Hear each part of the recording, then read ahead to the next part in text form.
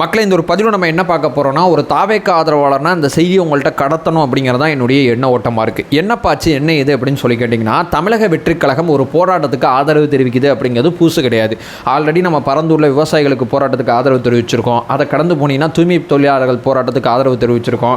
அதுக்கப்புறம் ஜாக்டோ ஜியோ அமைப்பை சேர்ந்த அரசு பணியாளர்கள் நம்மளை சந்திச்சுட்டு போகும்போது நம்ம அந்த போராட்டத்துக்கு ஆதரவு தெரிவித்தோம். இந்த மாதிரி நியாயமான கோரிக்கை அடிப்படையில் நம்மளை நோக்கி வரும்போது அந்த கோரிக்கையை பார்த்துட்டு அவங்க பக்கம் நிற்கிறது தமிழக வெற்றிக் கழகத்தோட அறமாக இருக்குது. ஆனால் ஒரு போராட்டத்தை ஈரோடு மீட்டிங் முடித்தோன்னே நைட்டாக 12 மணிக்கு போய் நம்ம கட்சி ஒரு போராடக்கூடிய மக்களை போய் பாதுகாக்குதுன்னா அந்த போராட்டம் சாதாரண போராட்டம்னு நினைக்கிறீங்களா?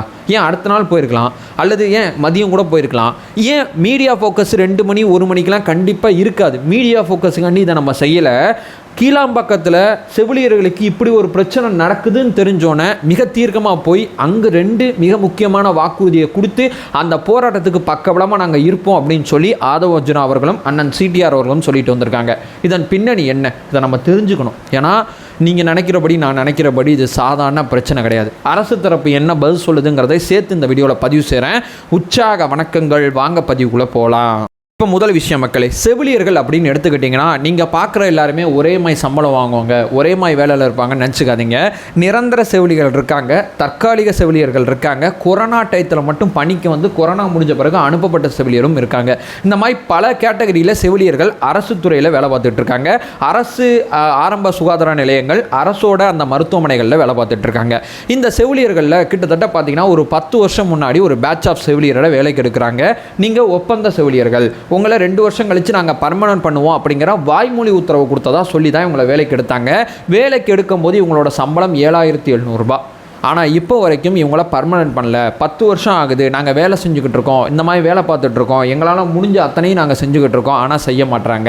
இந்த பேட்சில் இந்த எடுத்தாங்கல்ல ஒரு 5,000 பேர் எடுத்ததாக சொல்கிறாங்க. இந்த 5,000 பேர் எடுத்த இந்த பேட்சில் கொஞ்சம் பேரை மட்டும் பர்மனன்ட் பண்ணுறாங்க பணிமுகப்பு அடிப்படையில்.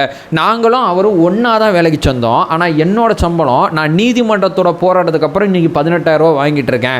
அவங்களோட சம்பளம் 55,000 ரூபா. 55,000 ரூபா எங்கே இருக்குது, 18,000 ரூபா எங்கே இருக்குது? ஒன்றா வேலை செய்கிறோம், ஒரே வேலை செய்கிறோம், ஏன் இந்த ஊதிய முரண்பாடு அப்படிங்கிறதா இங்கே இருக்கக்கூடிய பிரதானமான விஷயமா இருக்குது. சரி, எப்போ தான் பர்மனன்ட் பண்ணுவாங்க? அரசு துறை என்ன தான் சொல்லுது, அரசோட அமைச்சர்கள்லாம் என்ன தான் சொல்லுவாங்கன்னா, காலிப்பணியிடமே தமிழ்நாட்டில் இல்லை, எங்கே பர்மனன்ட் பண்ணுறது? பர்மனன்ட் பண்ணாமல் இல்லைங்க, ஒவ்வொருத்தவங்களுக்கும் ஒவ்வொரு நேர்காணல் இதெல்லாம் பண்ணிக்கிட்டு தான் இருக்கும். காலிப்பணியினை இருந்தால் தானப்பா பர்மனன்ட் பண்ண முடியும். பர்மனன்ட் பண்ணுனா எப்படி பண்ணுறது? கொஞ்சம் கேட்குறதுக்கு நம்ம கொஞ்சம் நியாயமாக இருக்கும். நான் என்ன கேட்குறேன், புதுசாக வேலைக்கு எடுன்னு போராட்டம் பண்ணாங்கன்னா வேலை இல்லைங்க, எப்படிங்க உங்களை வேலைக்கு எடுக்க முடியும்? நியாயமான பதிலாக அரசு தரப்புல சொல்லலாம். இங்க அரசு பணியில் ஆல்ரெடி அவங்க ஒர்க் பண்ணிக்கிட்டு இருக்காங்க. அவங்க செவிலியரா வேலை பார்த்துட்டு இருக்காங்க, ஒப்பந்த செவிலியரா இருக்காங்க. இவங்க கூட வேலைக்கு சேர்ந்த சில பேரை பர்மனன்ட் பண்ணியிருக்காங்க. அவங்களோட வேலையும் இவங்களோட வேலையும் கிட்டத்தட்ட ஒன்று தான். ஒரே வேலையை செய்கிறாங்க, ஆனால் ஒரே மாதிரி சலுகை கிடையாது அப்படிங்கிறதான் இவங்க போராட்டத்தோட மைய நோக்கமாக இருக்குது. அதாவது ஆரம்ப சுகாதார நிலையங்களில் நிறையா பிரசவங்கள் பார்க்குறதுல இந்த ஒப்பந்த செவிலியரோட பங்களிப்பு ரொம்ப ரொம்ப அதிகமாக இருக்குது. அந்த ஒப்பந்த செவிலியருக்கு ஆதவ அர்ஜுனா அவர்கள் பேசும்போது ஒரு விஷயம் சொல்லியிருப்பாரு, இவங்களுக்கு மகப்பேறு விடுமுறை கிடையாதுங்கிறத நினைக்கும் போதே எனக்கு ரொம்ப ஷாக்கிங்காக இருக்குங்க. ஏன்னா இங்கெல்லாம் என்ன டிஸ்கஸ் பண்ணிட்டு இருக்காங்கன்னா, 6 மாதம் லீவு கொடுக்கலாமா, 8 மாதம் லீவு கொடுக்கலாமா? ஏன்னா ஒருத்தங்க ஒரு பெண்மணி மகப்பேறு சம்மந்தப்பட்ட விஷயத்தில் இருந்தாங்கன்னா சம்பளத்தோட 8 மாதம் வேலை கொடுக்கலாமா அப்படிங்கிற டிஸ்கஷன் போயிட்டு இருக்கும்போது, நீ எத்தனை மாதம் வேணால் லீவ் எடுத்துக்கோ, ஆனால் உனக்கு சம்பளம் கிடையாது அப்படிங்கிற ஒரு ஆங்கிளில் இங்கே செயல்படும் போது இதெல்லாம் என்னால் ஏற்றுக்க முடியல அப்படிங்கிறத பதிவு செஞ்சுருப்பாங்க. அதே நேரத்தில் இவங்க பர்மனெண்ட்டாக இருந்த செவிலியராக இருந்திருந்தாங்கன்னா இவங்களுக்கு மகப்பேறு விடுமுறை கிடச்சிருக்கும், வேறு சில சலுகைகள் கிடச்சிருக்கும். இவங்க ஒப்பந்த செவிலியராக இருக்கிறதுனால இவங்களுக்கு இந்த சலுகை கிடைக்கல. இவங்க தொடர்ச்சியாக நீதிமன்றங்களை 7,700 ரூபா சம்பளத்தில் வேலைக்கு சேர்ந்தவங்க அதுக்கப்புறம் 14,000 ரூபா சம்பளம் நீதிமன்ற உத்தரவு அடிப்படையில் கொடுக்குறாங்க. அதுக்கப்புறம் இன்னைக்கு தேதியில் 18,000 ரூபா சம்பளம் வாங்கிட்டு இருக்காங்க. இவங்க என்ன சொல்கிறாங்க, 10 அம்ச கோரிக்கை அடிப்படையில் ஏங்க இப்படி நடந்துக்கிறீங்க, என்ன சொல்லி எங்களை வேலைக்கு எடுத்தீங்க, நாங்கள் வேலைக்கு சேர்த்த அடுத்த 1 மாதத்தில் எங்களை பர்மனன்ட் பண்ணி நான் போராட்டம் பண்ணிக்கிட்டு இருக்கோம், இவ்வளோ நாட்கள் கடந்து நாங்கள் வேலை பார்த்துட்டு இருக்கோம், நீங்கள் எங்களை பர்மனன்ட் பண்ணுவீங்க அப்படிங்கிற ஒரு வாக்குறுதி கொடுத்தீங்க. உங்களுடைய வாக்குறுதி எண் 356 அடிப்படையில் ஏன் செயல்பட மாட்டீங்க? அரசாங்கம் அமைக்கப்பட்டு கிட்டத்தட்ட உங்கள் அரசாங்கத்தோட போராட்டத்தோட அந்த டேர்மே முடிய போகிற காலத்தில் கூட எங்களுடைய வாக்குறுதி நீங்கள் எங்களுக்கு கொடுத்தீங்கல்ல, அதை நம்பி தானே உங்களுக்கு ஓட்டு போட்டோம், அந்த வாக்குறுதியை ஏன் செயல்படுத்தலை? அப்போ செயல்படுத்த முடியாத வாக்குறுதியை கொடுக்குறீங்கன்னா ஏன் கொடுக்குறீங்க அப்படிங்கிற நியாயமான கேள்வி கேட்டு செவிலியர்கள் போராட்டத்துக்கு அறைகோல் விடுக்கிறாங்க, ஒன்றா சேர்ந்து போராடுறாங்க. இவங்க போராட்டத்தை முடக்கணும், இவங்க போராட்டம் அடுத்த கட்டம் போகக்கூடாது அப்படின்னு சொல்லி அரசோட ஏவல் துறையாக இருக்கக்கூடிய காவல்துறை இவங்க போராட்டத்தை முடக்கக்கூடிய வேலையை பார்க்குறாங்க.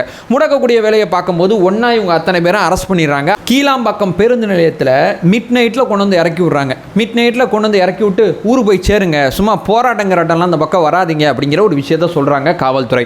இவங்க என்ன பண்ணுறாங்க, குழந்தையோட வந்து போராட்டம் பண்ணிக்கிட்டு இருக்காங்க. செவிலியர்கள் அத்தனை பேரும் லேடிஸு என்ன பண்ணுவாங்க, என்ன செய்வாங்க, அங்கே உட்காந்தே போராட்டம் பண்ணுறாங்க, அங்கே உட்காந்தே கத்துறாங்க. இந்த அரசாங்கம் அநியாயம் பண்ணுது, இந்த அரசாங்கம் இப்படி நடக்குது. இன்றைக்கும் போராட்டம் நடக்குதுங்க. இப்போ நான் பேசுகிற தருவாயிலும் போராட்டம் நடந்துக்கிட்டு இருக்கு.